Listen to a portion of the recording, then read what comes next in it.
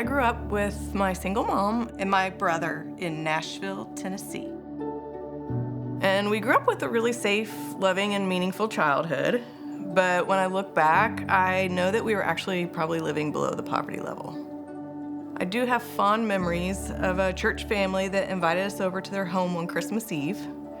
We ended up spending the night with them and woke up the next morning to experience Christmas with their bigger family and open the presents they bought for us. So when I think back to my childhood memories of Christmas, I really don't remember the gifts, but I remember spending time with people who loved us really well.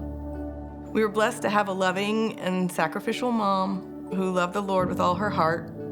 She prioritized attending church for our family, and our church community continually showed up for us, providing anything we needed along the way. When we spent time with these families from our church, we saw the godly men taking care of their families. And somewhere deep within my heart, I desired a godly man to be our earthly father. So my brother and I would pray for a dad every night. We pray God for a dad. We pray that he's big and strong. We pray for mommy to have a husband. You pray for what? We even had a time where we didn't have lunch boxes to start the first day of school the next morning. And I remember during our bedtime prayers asking God to provide those lunch boxes. And later that evening, friends from church delivered those new lunch boxes. We just knew at a very young age that we could take our needs to God and He would provide what we needed, so we continued to pray for a dad.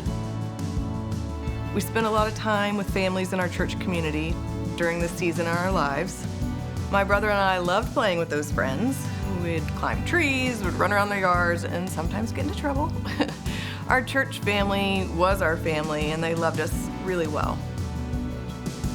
My mom never complained, but I always remember sensing the need for an earthly father in my life.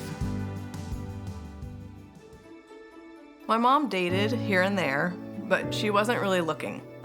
Somewhere between the busyness of life and my brother and I asking her dates to be our dad, it probably was hard to make it work. She also just had high standards. She wanted a man God had designed specifically for her. And that's when she met him. She started dating a man who had recently moved to the area for a job and was a member of our church. I remember praying Tim would be our dad. He was calm, he loved our mom well, and he was sweet, patient, and gentle. He just found a way to make my brother and I feel really special. He was everything we wanted in an earthly father, like we had seen in the other men in our church family. When Mom and Tim announced to us that they were engaged on the front porch of our home, we started screaming and running around the front yard.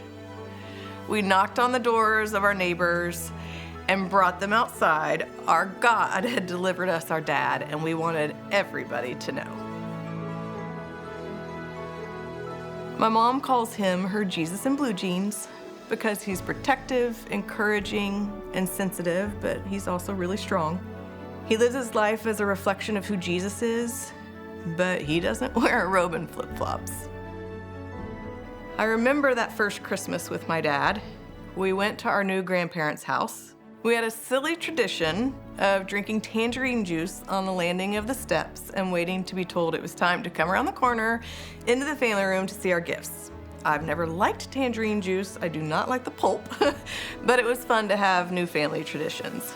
I remember feeling at home and loved by my new dad. I felt accepted in a way I had never felt before. I don't actually remember what gifts I received that first Christmas. I think maybe there was a baby doll under the tree, but I do remember feeling that I belonged. It can be hard to see Jesus providing when you're in a time of need. My family could see Jesus providing through our church, but we always still longed for a dad during that time.